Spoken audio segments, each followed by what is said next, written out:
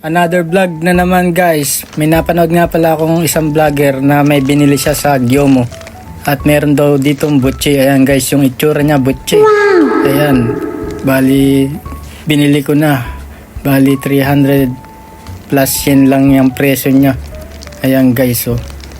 Hinanap ko siya sa Gyomo. Pinanood ko kasi sa isang nag-content creator na meron daw butchi. Ayan guys, oh. Ganyan lang yung itsura niya, kulay violet. Ayan, basta hanapin nyo lang sa mismong Gyomo. Sa mga sweet na pagkain guys. Malapit sa mga ice cream. Ayan guys, bali inuwi ko na. Ayan, nasa bahay na ako. Bali binuksan ko na guys. Ayan, bali maganda lang kayo ng langis na kumukulo. Perfect!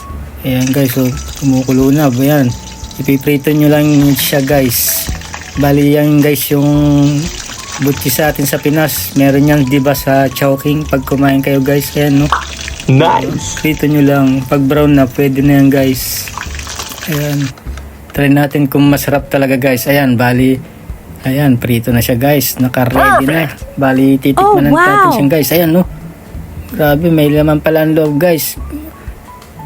Ayan no. Tinikman ko na guys. Ayan no. Grabe sarap. Para siyang may munggo guys sa loob. Parang butching-butchi talaga sa Pinas guys.